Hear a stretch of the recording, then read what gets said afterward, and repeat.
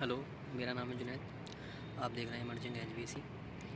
तो आज मैं बात करने वाला हूँ future of mechanical engineering. Is a mechanical engineering is a good career. ये हमारा टॉपिक होने वाला है आज का। तो बहुत से लोग जानना चाहते हैं कि मैकेनिकल इंजीनियरिंग से बीटेक करना है, डिप्लोमा करना ठीक रहेगा या नहीं रहेगा, इसमें क्या फ्यूचर स्कोप है। तो उसी के बारे में आज बात करने वाले हैं। तो मैकेनिकल इंजीनियरिंग का अगर हम पास्ट की बात करें तो मैकेनिकल इंजीनियरिंग 2000 के टाइम पे, 1995 के टाइम पे काफ़ी ठीक था, बढ़िया बूम पे था। तो बढ़िया वहाँ पर स्कोप था, एम्प्लॉयमेंट भी ज़्यादा था। बट अभी के टाइम पे क्या हो रहा है कि सप्लाई बहुत ज़्यादा हो गई है। मतलब जो मैकेनिकल ग्रेजुएट्स हैं वो बहुत ज़्यादा निकल रहे हैं कॉलेज से और डिप्लोमा वाले। तो उससे क्या है कि एक सैचुरेशन पॉइंट आ गया है कि जिससे अब जितनी डिमांड है तो उससे ज़्यादा इंजीनियर्स मतलब कॉलेज से निकलने लगे हैं। तो उसमें फिर क्या है कि थोड़ा डाउनफॉल देखा गया है एम्प्लॉयमेंट में, मैकेनिकल इंजीनियरिंग में। ये सारी चीज़ें हैं। तो 2019 के टाइम पे सबसे ज़्यादा डाउनफॉल था इसका मेरे हिसाब से, क्योंकि उस टाइम मैंने इस पर रिसर्च की थी तो पता लगा था मुझे। मैं उस टाइम बीटेक में ही था। तो 2019 के टाइम पे, 19-20 के टाइम पे काफ़ी डाउनफॉल था इसमें। फिर उसके बाद कोरोना के बाद से थोड़ा ठीक ठाक हुआ यहाँ का माहौल मैकेनिकल इंजीनियरिंग का। क्योंकि होने क्या लगा कि जो मैकेनिकल इंजीनियरिंग में एडमिशन कम होने लगे और अब भी कम हो रहे हैं। तो ये एक अच्छी बात है कि एडमिशन कम हो रहे हैं, कि जिससे जो डिमांड है उसको फुलफ़िल किया जा सकता है। क्योंकि अगर कम ग्रेजुएट्स निकलेंगे मैकेनिकल से तो जाहिर सी बात है कि फिर वैकेंसी तो लिमिटेड ही है। बट अगर कम लोग निकलेंगे तो फिर इतना कंपटीशन नहीं रहेगा मार्केट में। एक कंपटीशन क्रिएट नहीं होगा मार्केट में, ठीक ठाक से जॉब लग जाएगी। बट स्टिल मैं ये देख रहा हूँ कि मैकेनिकल इंजीनियरिंग में वो मतलब वो पैकेज नहीं मिल पा रहा है लोगों को। एक जो बढ़िया पैकेज होता है ना, जो ऐसे कंप्यूटर साइंस वालों को मिलता है, वैसा पैकेज नहीं है अभी। मतलब जो एक स्टार्टिंग करता है वो एक मैकेनिकल इंजीनियरिंग वाला स्टूडेंट, वो 2.5 लाख का पैकेज या 3 लाख का पैकेज तक स्टार्ट करता है। फिर धीरे धीरे करके उसका 5 लाख होता है, फिर 6 लाख होता है। काफ़ी साल बाद, 5-6 साल बाद उसका 6-7 लाख पैकेज होता है, या 8 लाख जो भी है। बट मतलब काफ़ी स्लो ग्रोथ है इसमें। इतना जल्दी ग्रोथ नहीं है कि बहुत जल्दी इसमें ग्रोथ हो जाए, ऐसा ऐसा पॉसिबल नहीं है इसमें। किसी किसी कोई कोई एक्सेप्शनल केस होता है तो उसकी बात नहीं कर रहा मैं एवरेज लेके चल रहा हूँ कि एवरेज में ज़्यादा स्लो, इसमें स्लो ग्रोथ ही है। चाहे आप किसी भी सेक्टर में हो, एचपीसी सेक्टर में हो या ऑटोमोबाइल सेक्टर में हो या रिन्यूएबल एनर्जी सेक्टर में हो, किसी भी ईवी सेक्टर में, किसी भी सेक्टर में हो, तो थोड़ा स्लो ग्रोथ तो है यहाँ पर। थोड़ा एचपीसी में थोड़ा जल्दी है मेरे हिसाब से, थोड़ा यहाँ पर जल्दी हो जाती है ग्रोथ। बट ऑटोमोबाइल में मैंने जहाँ देखा है, तो मैंने खुद भी एक महीने काम किया था ऑटोमोबाइल में। तो वहाँ पर तो पहले तो स्टार्टिंग सैलरी ही बहुत कम रहती है, बहुत ज़्यादा कम रहती है। तो और फिर ग्रोथ ना के बराबर है वहाँ पर। पूरा ऑटोमोबाइल सेक्टर इस टाइम ये समझ लो कि ख़राब हो चुका है। वहाँ पर जॉब्स बिल्कुल कम होती जा रही हैं। उसका रीज़न यही है क्योंकि सबसे ज़्यादा जो मैकेनिकल इंजीनियरिंग के बाद लड़के स्टूडेंट जो थे, सबसे ज़्यादा मैकेनिकल इंजीनियरिंग करने के बाद स्टूडेंट्स ऑटोमोबाइल सेक्टर में ही जॉब करते थे। लेकिन हो क्या रहा है कि ऑटोमोबाइल सेक्टर में ऑटोमेशन की वजह से जो मतलब जॉब्स हैं वो कम होती जा रही हैं। मतलब पहले क्या होता था कि जैसे प्रोडक्शन इंजीनियर किसी कंपनी को या सुपरवाइज़र जो हैं वो करीब 10 चाहिए थे।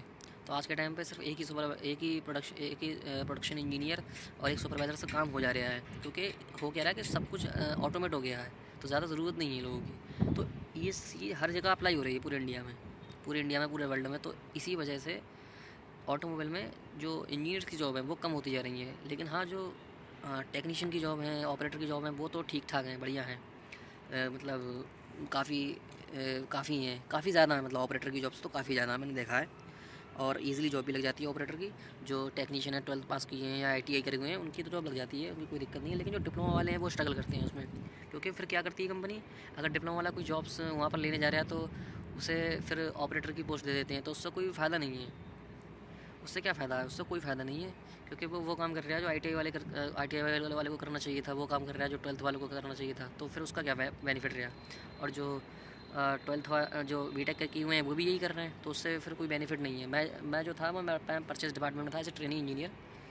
तो मैंने ये देखा कि वहाँ पर जो लोग काम करते थे वो सब डिप्लोमा वाले थे। तो मेरे को अच्छा नहीं लगता था। मतलब फिर मैं वहाँ पर जॉब छोड़ दी, मैं एचबीसी सेक्टर में आ गया, क्योंकि मेरा इंटरेस्ट इसी में था स्टार्टिंग से ही।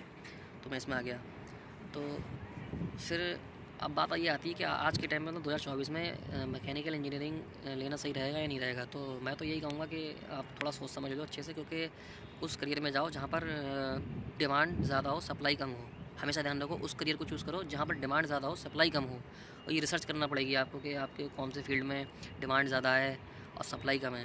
क्योंकि जहाँ देखो बीटेक का आपको मालूम है कि मतलब अब इतना यहाँ पर स्टूडेंट ग्रेजुएट होने लगे हैं कि किसी भी ब्रांच में ले लो, किसी भी ब्रांच, इलेक्ट्रिकल हो, मैकेनिकल हो, कंप्यूटर साइंस हो, सब में ऐसे ही इतने ज़्यादा होने लगे हैं कि थोड़ा एम्प्लॉयमेंट में दिक्कत आती है आगे चल के। तो और सभी लोग मतलब बीटेक करेंगे तो फिर नहीं हो पाएगा ना। फिर कैसे जॉब्स, मान लो जॉब्स 100 हैं, 100 ही रहने वाली हैं, ठीक है। तो आप अगर आप बीटेक 200 लोग करते हैं तो 100 लोग रह ही जाएंगे उसमें, एम्प्लॉयमेंट अनएम्प्लॉयड 100 लोगों को एम्प्लॉयमेंट मिलेगा, बाकी 100 अनएम्प्लॉयड रह जाएंगे। तो ये चीज़ रहेगी। तो मैं हमेशा ये कहूँगा कि आपको अगर इंटरेस्ट है रियली, तभी आप इसमें आएँ।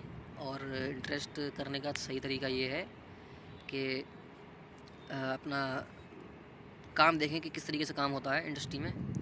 आपको जो भी इंडस्ट्री पसंद है, लाइक ऑटोमोबाइल या जो भी, तो काम देखें पहले, 2-4 लोगों के वहाँ से जाके मिलें।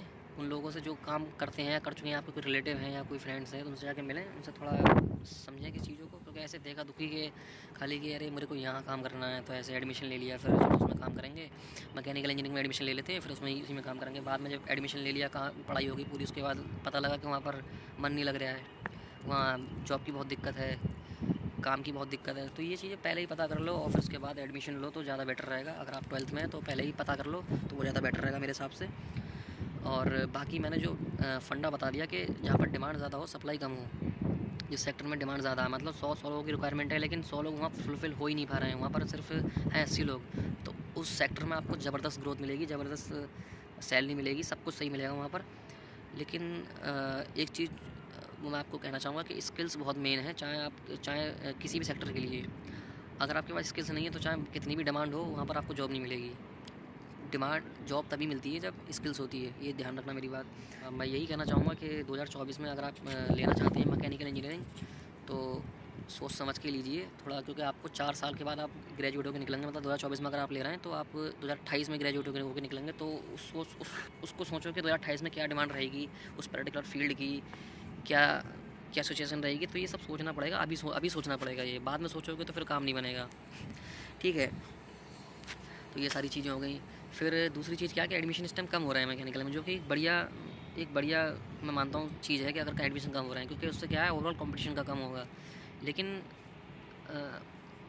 अभी भी कहीं ना कहीं दिक्कत ये है कि लोगों को जॉब नहीं मिल पा रही है मैकेनिकल इंजीनियरिंग में, थोड़ा टफ पड़ रहा है उनके लिए जॉब लेना एज ए फ्रेशर। क्योंकि आप कॉलेज से जब निकलते हैं तो एज ए फ्रेशर ही होते हैं आप।